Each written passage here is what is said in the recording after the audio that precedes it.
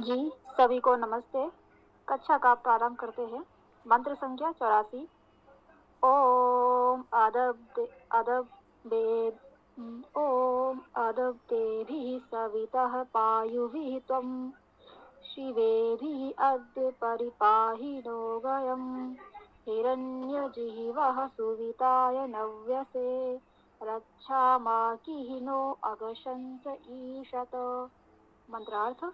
सवितः हे सविता, उत्पन्न करता, सृजनशील, प्रेरक, तुम अद्य आज, अदब देवी अहिंसा द्वारा, शिवेभी कल्याणकारी द्वारा, पायुभी पालन रक्षण द्वारा, नो हमारे गयम वाणी गति ज्ञान को, परिपाही परिपालन को रक्षा करो।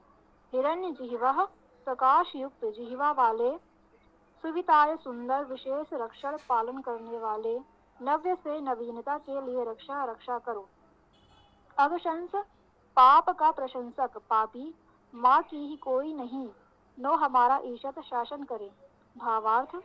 मन परमात्मा का संरक्षण पाने के लिए अहिंसक तथा कल्याणकारी होना होगा। यदि हम ऐसा करते हैं तो हमें आज ही अर्थात तत्काल ईश्वर का संरक्षण प्राप्त होगा। उसके लिए लंबी प्रतीक्षा नहीं करनी पड़ती है। न इस जन्म में लंबी प्रतीक्षा करनी है, न आगामी जन्मों की कल्पना कर संतोष करने की आवश्यकता। हिरण धातु का अर्थ प्रकाश करना, शब्द करना है। हिरण्य जीवा का अर्थ प्रकाशित वाणी वाले है। जिनका जीवा में प्रकाशित वाणी है, ऐसे लोग हिरण्य जीवा होते हैं। गए शब्द में गए शब्द ध्वनि करना, गायन करना अथवा गम जाना धातु मानना उचित है। गम धातु गति अर्थ वाली होने से इसमें ज्ञान तथा प्राप्ति अर्थ भी माने जा सकते हैं। अतः गए शब्द के अर्थ गायन, वाणी, गति, ज्ञान होंगे। विद्वानों ने इसका भावार्थ घर तथा धन भी किया है, जो इन सबका आधारभूत साधन कहा जा सकता है। सुविताय पद में सुविताय के रूप में सु तथा वि उपसर्ग तथा ताय धातु है। ताय धातु का अर्थ रक्षा करना, पालन करना, तानना, फैलाना है। सुविताय का अर्थ सुंदर, विशेष, रक्षण, पालन करने वाले हैं। निरुक्त।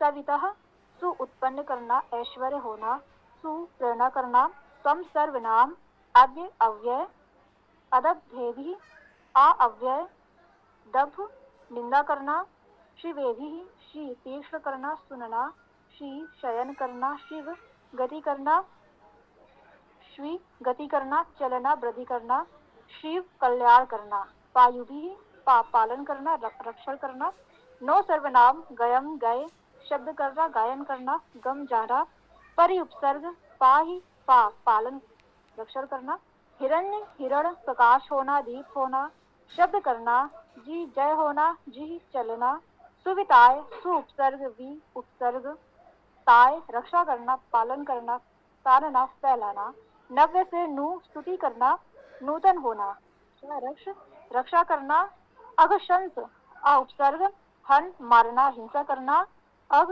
पाप करना, अपराध करना, गिरना, शंस स्तुति करना, प्रशंसा करना, ईशत ईश शासन करना। ओम।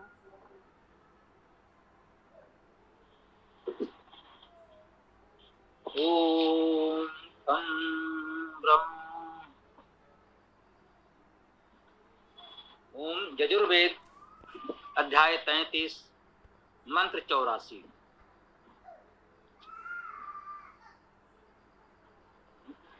ओम अदब देवी सविता पायुभिः त्वं शिवेभिः अद्य परिपाहि नो गयम् हिरण्यजिह्वा सुविताय नव्यसे रक्षामाकिः नो अघशंसईषत।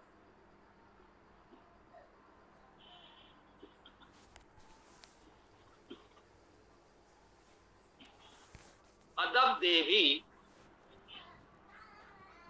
ये तृतीया बहुवचन है। एक तो ये देखें, अदब देवी अदब्धों द्वारा। अदब्ध क्या है, इस पर विचार करेंगे, इसका अर्थ जानेंगे। सबसे पहले तो हम ये देखें, अदब देवी तृतीया बहुवचन है, करण कारक का बहुवचन है। तो अदब्धों द्वारा अदब्धों के साथ। अब अदब्ध क्या है? तो आ उपसर्ग है नहीं के अर्थ में, निषेध के अर्थ में। दब धातु का अर्थ निंदा करना। दब धातु का मुख्य अर्थ निंदा करना है, और निंदा भी एक प्रकार की हिंसा ही है।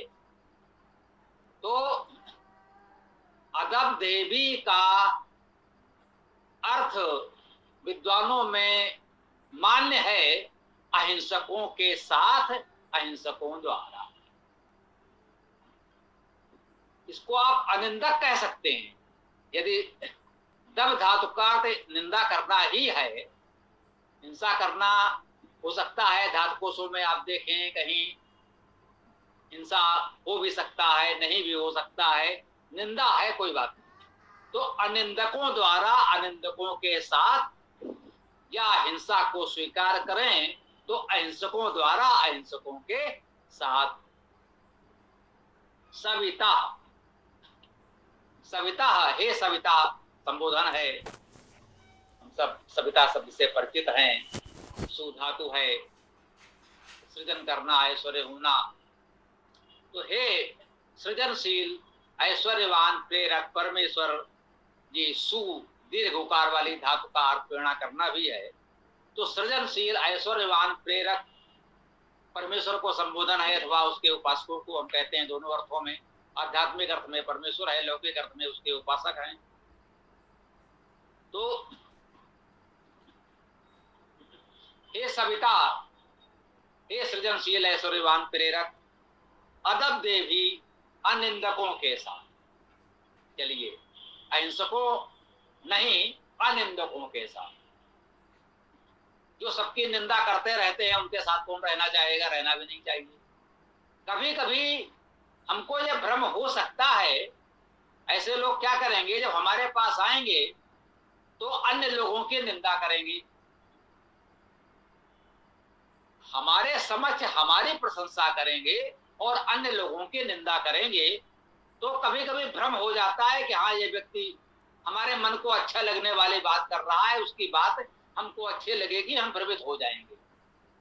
ऐसा लगेगा कि वो ठीक कह रहा, क्योंकि हमको तो ठीक अच्छा कह रहा है, अन्य लोगों की निंदा कर रहा है, जिससे अभी कुछ समय में हमारा किसी प्रकार का कोई विरोध आदि हुआ हो, किसी ने हमें थोड़ा भी कोई दुख कष्ट हानि पहुंचाई हो, भले ही वो अच्छा से अच्छा व्यक्ति हो, उस अवसर का लाभ उठाने के लिए निंदक व्यक्ति आकर के हमारे समझ उसकी निंदा करेगा। क्योंकि अभी मान लीजिए उससे कुछ थोड़ा सा हमें कष्ट है, तो उसको बड़ा चढ़ा कर रहे, भाई वो तो ऐसा ही है ये, तो वो अपना स्थान बनाने के लिए उस अच्छे व्यक्ति की निंदा करेगा। क्योंकि उस समय हमारा ऐसा भाव है, तो सोचेगा हाँ, इस समय तो इनको कहा जा सकता है, वो उससे भी बुरा है, लेकिन वो ऐसा करता है। तो जब हमारे समझ में आ जाता है कि जैसे ये हमारे समझ उसकी निंदा कर रहा है, तो जब उसके पास जाएगा तो हमारी भी निंदा करेगा, क्योंकि वो स्वभावतः निंदक है, ये आपको समझ लेना चाहिए। ऐसा व्यक्ति जो हमारे पास आकर इस प्रकार से दूसरों की निंदा करता रहता है, तो विश्वास कीजिए वो दूसरों के पास जाकर हमारी भी निंदा ही करेगा, प्रशंसा नहीं करेगा। निंदा करना उसका स्वभाव है। किसी मनीषी में इस प्रकार भी कहा है कि जो व्यक्ति आपके लिए झूठ बोल सकता है,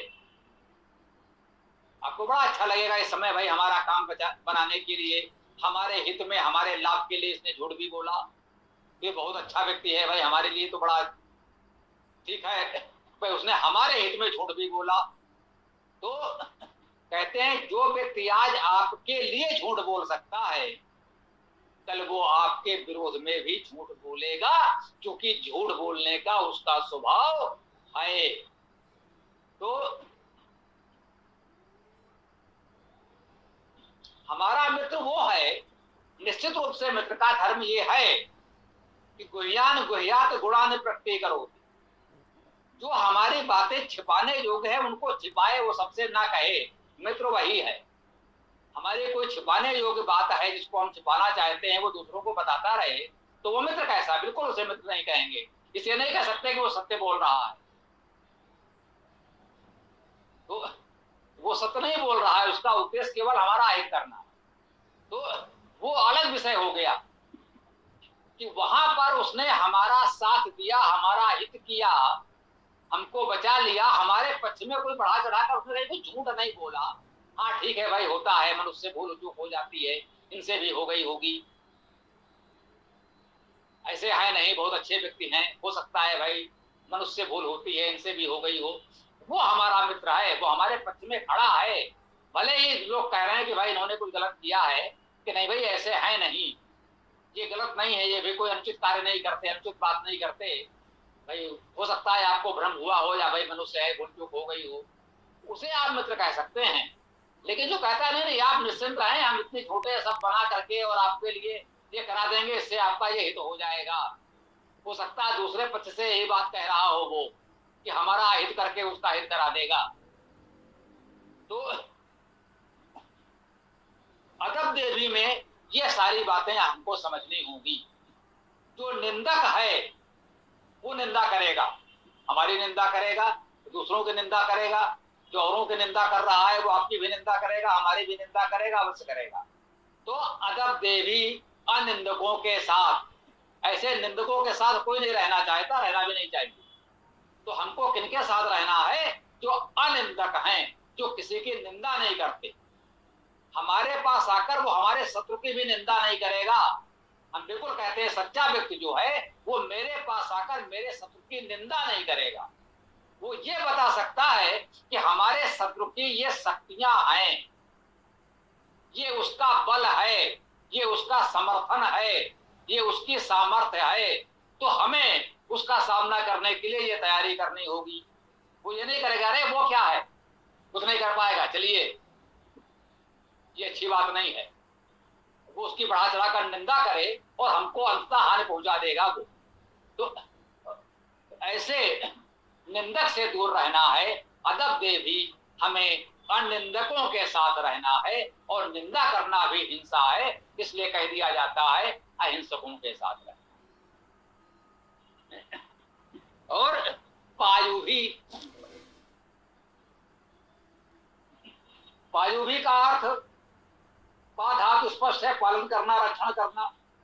तो जो पालन रक्षण करने वाले हैं उनके साथ, देखिए, अनिंदकों के साथ रहें, जो निंदा करने वाले हैं उनके साथ ना रहें, और उनके साथ रहें जो हमारा पालन रक्षण करने वाले हों, हमें बचाने वाले हों, हमें फंसाने वाले ना हो। कोई संकट आए, कोई विषम परिस्थिति हो, तो वो हमारे साथ खड़े हों, हमें बचाने का प्रयास करें, न कि वहां पर और वो सुनाने लगे अरे ये तो ऐसे ही है, ये तो सब ऐसे ही करते रहते हैं। किसी ने झूठा सच्चा कोई बात हुआ, कहीं से कोई हमारी समस्या आ गई थी, तो वो हमारे वहां रक्षण करें, बचाएं। क्या भाई अच्छे व्यक्ति हैं, ऐसा नहीं हो सकता है, आपको भ्रम हुआ होगा, या हो सकता है कोई भूल चूक हो गई हो, लेकिन ये व्यक्ति अच्छे हैं, ये बचाने का प्रयास हुआ। वो हमारा और अहित करने का प्रयास न करे। तो पाजू भी अपना पालन रक्षण करने वाले मित्रों के साथ रहें, हानि पहुंचाने वालों के साथ न रहें, उन्हें पहचान लें और उनसे दूर रहें।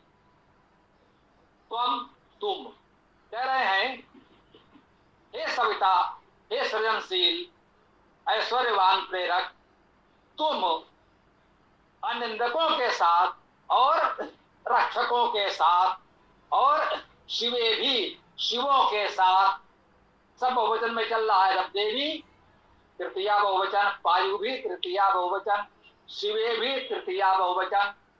कल ये प्रश्न आया था अन्वय का, तो ये देख लीजिए, ये सारे अन्वय में एक साथ आ जाएंगे। अनिंदकों के साथ, रक्षकों के साथ और शिवे भी, शिवों के साथ। शिव का अर्थ जो कल्याणकारी है, कल्याणकारी हैं उनके साथ रहें। हे सविता, तुम अनिंदकों के साथ, रक्षकों के साथ, कल्याणकारियों के साथ क्या करना है? अद्य आज परिपाही, परिता सर्वता, सब ओर से पालन करें। पाई पा पालन करना, एक क्रिया है, पाई पालन करें। हे सविता, आप अनिंदकों के साथ, रक्षकों के साथ, कल्याणकारी के साथ आज ही हमारा पालन करें, नो हमारा हमारे लिए, हमको तो हमारा पालन पोषण करें। गयम, गय को, अब ये गय क्या है? गय में रक्षा करने का भाव है। गय सब, गय धातु का अर्थ शब्द करना, पालन करना, और गम धातु का अर्थ जाना, चलना, गति करना है। तो शब्द करना, गयम का अर्थात शब्द को, वाणी को, गम का अर्थ जाना, तो गति को कह लीजिए। तो नो गयम, हमारी वाणी को परिपालन करें, रक्षण करें। अब देखिए, यहाँ पर हम एक प्रकार से प्रार्थना कर रहे हैं सविता से, जो सृजनशील ऐश्वर्यवान प्रेरक है, परमेश्वर के लिए आया है सविता। परमेश्वर के उपासकों के लिए भी ले सकते हैं, बिल्कुल ठीक है, परंतु मुख्य रूप से परमेश्वर के लिए आया है। हम परमेश्वर से प्रार्थना कर रहे हैं कि आप हमारी वाणी का पालन रक्षण करें। कैसे करें ये भी बता रहे हैं। अनिंदकों के साथ, रक्षकों के साथ, कल्याणकारियों के साथ हमारी वाणी का पालन रक्षण करें। तो जो हमने कहा कि वेद मंत्रों की ये शैली है, हम परमेश्वर की स्तुति प्रार्थना कर रहे हैं और ये बता रहे हैं कि इन के साथ इस तरह से हमारी वाणी का रक्षण करें। तो क्या समझ में आया? हमको ये सीखना है कि हमारी वाणी का रक्षण, पालन, उसका प्रभाव तब हो सकता है जब हम अनिंदकों के साथ हों, रक्षकों के साथ हों, कल्याणकारी भावों विचारों के साथ हों, तब तो हमारी वाणी का रक्षण पालन हो पाएगा। इसके विपरीत है तो नहीं हो पाएगा। ये हमें जीवन में शिक्षा मिलती है, सीख मिलती है, प्रेरणा मिलती है। ये वेद मंत्रों की शैली है। परमेश्वर की स्तुति करते हैं। आध्यात्मिक अर्थ में मुख्य अर्थ परमेश्वर होता है, लौकिक अर्थ में वो संबोधन परमेश्वर के गुणी दिव्य उपासकों के लिए भी होता है। और ये जो सारे विशेषण गुण बताए जाते हैं, वही हमारा असली प्रेरणा है कि भाई अगर हमें अपने वाणी की रक्षा करनी है तो आप कहें हम ये मंत्र पढ़ते चले जाएंगे और परमेश्वर रक्षा करेगा। बिल्कुल नहीं करेगा। मंत्र में ये भी बता दिया है कि परमेश्वर रक्षा करेगा तो कब करेगा? जब हम अदब देवी अनिंदक हों, अनिंदकों के साथ हों, पालन रक्षण करने वाले हों, उनके साथ हों, हम स्वयं कल्याणकारी हों और कल्याणकारी जनों के साथ हों। अब इतना हम करेंगे तो परमेश्वर तो हमारी वाणी की रक्षा करेगा ही। इसके लिए क्या किसी को कुछ कहने की आवश्यकता है? कोई भी विचारशील व्यक्ति आप समझ सकते हैं, जब आप इतना करेंगे तो परमेश्वर तो करेगा ही करेगा। कैसे बचेगा? अब परमेश्वर को कुछ करने की आवश्यकता ही नहीं है। जब हम आप ऐसा करेंगे, इन नियमों का पालन करेंगे, तो हमारे वाणी का, हमारे जीवन का हमारा संरक्षण तो अपने आप हो ही जाएगा। इसमें परमेश्वर को अलग से कुछ करने की आवश्यकता ही नहीं होगी। वेद में सिखाने की, प्रेरणा देने की ये शैली है जो हमको मुख्य रूप से समझना है। और क्या है? हिरण जिह्वा, हमारी जिह्वा कैसी हो? हिरण अर्थात प्रकाशमान हो। हिरण धातु का अर्थ ही प्रकाश करना है। तो हमारे जिह्वा प्रकाशमान हो। प्रकाशमान होने का भावार्थ सत्य का प्रकाश हो, विद्या का प्रकाश हो। वाणी में और किसका प्रकाश हो सकता है? वाणी में प्रकाश का यही अर्थ है कि हम सत्य बोलें, सुंदर बोलें, लोगों के हित की बात करें, मधुर वाणी बोलें, शिष्ट शालीन वाणी बोलें। यही वाणी का प्रकाश होना है। तो हिरण जिह्वा, जो प्रकाशमय जिह्वा वाले हैं, जिनकी जिह्वा में विद्या का, सत्य का, शिष्टाचार का, शालीनता का प्रकाश है, हिरण जिह्वा सुविताए। सु उपसर्ग, सुंदर, उत्तम, सुष्ठु, भी ये भी उपसर्ग विशेष, ताय, इसका अर्थ तानना, फैलाना भी है, रक्षा करना, पालन करना भी है। तो तो रक्षण पालन विस्तार के लिए ऐसा कहते सुविधाए उत्तम विशेष रक्षण पालन विस्तार के लिए नव्य से नव्य के लिए। अब ये नव्य का अर्थ नवीनता भी ले सकते हैं और नु धातु का अर्थ स्तुत करना है तो नव्य से अर्थात स्तुतियों के लिए, स्तुतकर्ताओं के लिए।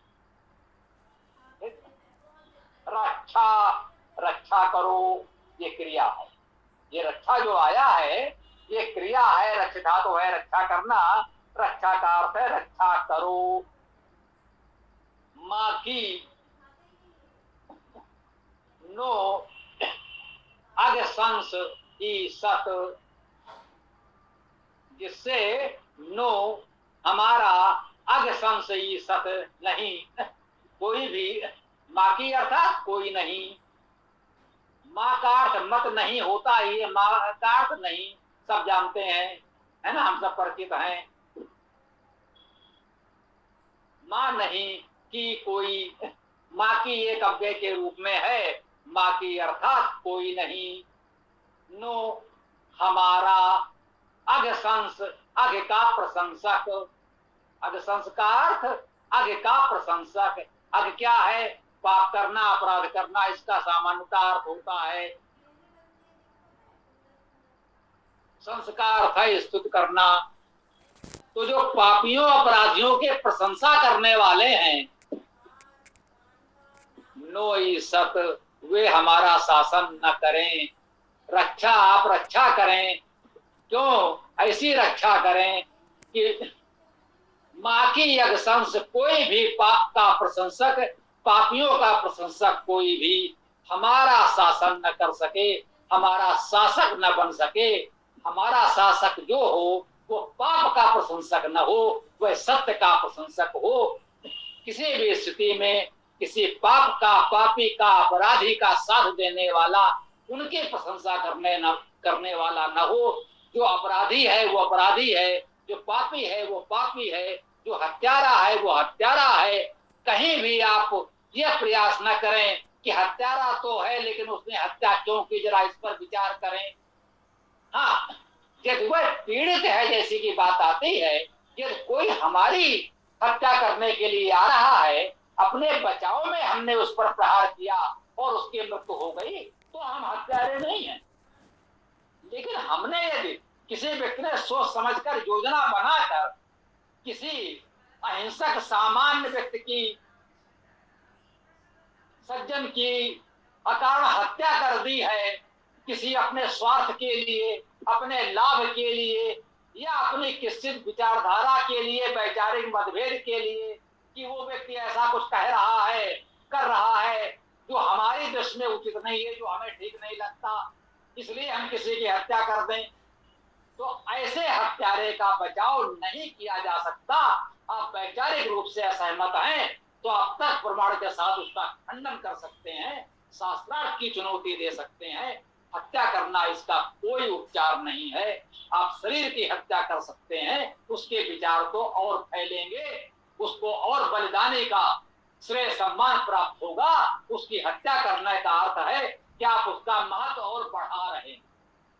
भगत सिंह ने भी संभवतः कहा था, ये बात आई है, भगत सिंह ने कहा जब उनको मृत्युदंड दिया गया, कोई बात नहीं, बोले जीवित भगत सिंह की तुलना में मरा हुआ भगत सिंह इनके लिए अधिक घातक होगा। जीवित भगत सिंह एक युवक है, क्या करेगा, दो चार अंग्रेजों को मार देगा। लेकिन यदि भगत सिंह को इन्होंने फांसी दे दी तो घर घर में भगत सिंह जन्म लेंगे, देश के अनेक युवा भगत सिंह बनने की ओर आगे बढ़ेंगे। तब इस सरकार के लिए बचना कठिन हो जाएगा, ये अत्याचारी सरकार का पतन अवश्य होगा। भगत सिंह ने कहा कि जीवित भगत सिंह की तुलना में मरा हुआ भगत सिंह इस अत्याचारी अंग्रेज सरकार के लिए अधिक घातक होगा। तो ये ध्यान रखें, किसी की हत्या कर देना आपका बचाव नहीं है। भगत सिंह को मारने से अंग्रेज नहीं बच सकते। वैचारिक मतभेद है, आप भगत सिंह से बात करिए, उनकी बातों का उत्तर दीजिए। वो आपको अत्याचारी कह रहे हैं तो आप बताइए, यदि आप अत्याचारी नहीं है, आप अन्यायी नहीं है तो बताइए, अपना पक्ष रखिए।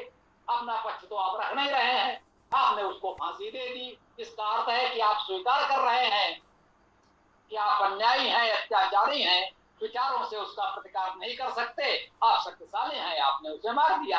वो चाहे भगत सिंह को फांसी देने वाला सरकार हो, भाई उन्होंने सरकारी तरीके से कह सकते हैं, शासन के तथाकथित नियमों के तहत के अनुसार उन्होंने कह दिया इनको मृत्युदंड दिया गया।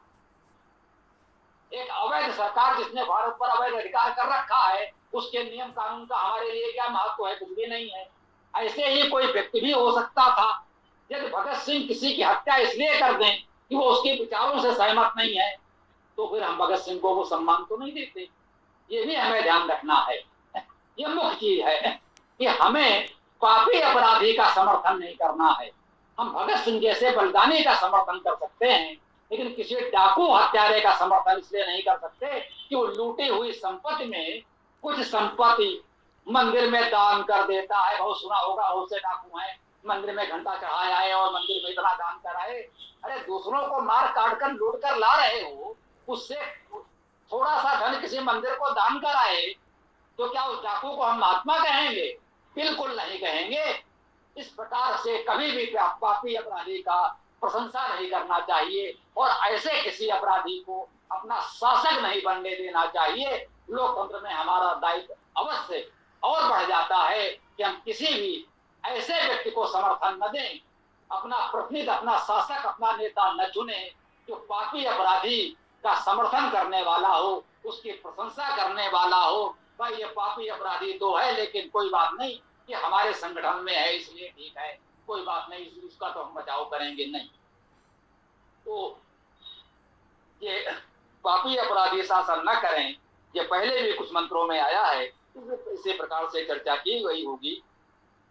तो अभी हम यहाँ इस मंत्र चर्चा को विराम देते हैं। आप लोग जो भी प्रश्न आदि करना चाहें रख सकते हैं, अन्यथा वेदाष्टक का पाठ करेंगे।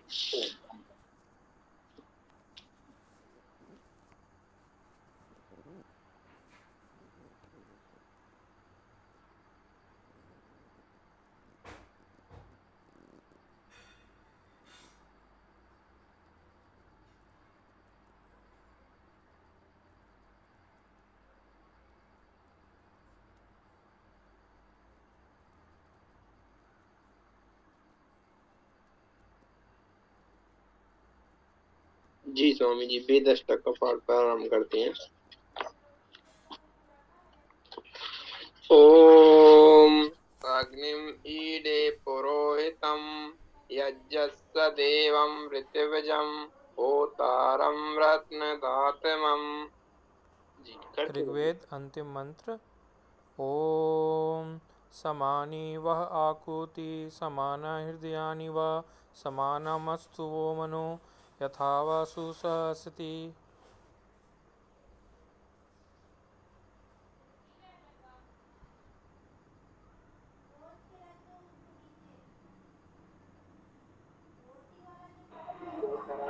सामवेद प्रथम मंत्र।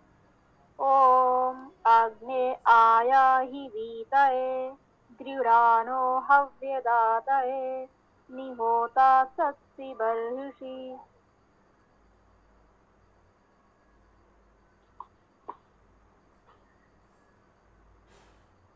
ओम सामवेद अंतिम मंत्र। ओम स्वस्ति न इंद्रो वृद्धस्रवाः स्वस्ति न पूषा विश्ववेदाः स्वस्ति न तारक्षो अरिष्टनेमि स्वस्ति नो बृहस्पतिः दधातु।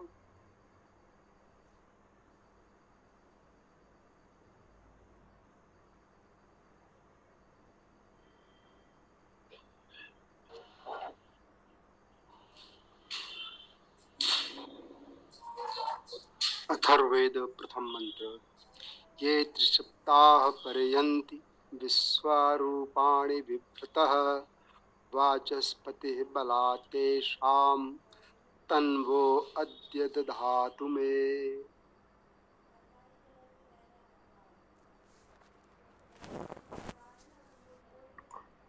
ओम अथर्ववेद अंतिम मंत्र।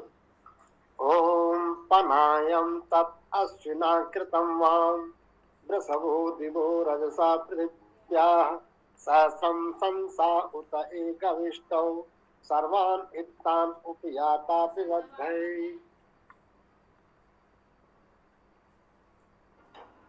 यजुर्वेद प्रथम मंत्र। ओम ईशे त्वा ऊर्जे त्वा वायवः स्थ देवो वः सविता प्रार्थयतु श्रेष्ठसमाय कर्मणे आप्यायध्वम् अग्न्यः इन्द्राय भागं प्रजावतीः अनिमीवाः अयच्छमाः मा वहस्तेन ईशते मा अवशंसो ध्रुवास्मिन् गोपतौ स्यात् वह्निः यजमानस्य पशून् पाहि। यजुर्वेद अंतिम मंत्र। ओम हिरण्मयेन पात्रेण सत्यस्यापि हितं मुखं यो असौ आदित्ये पुरुषः सो असौहम् ओम खं ब्रह्म।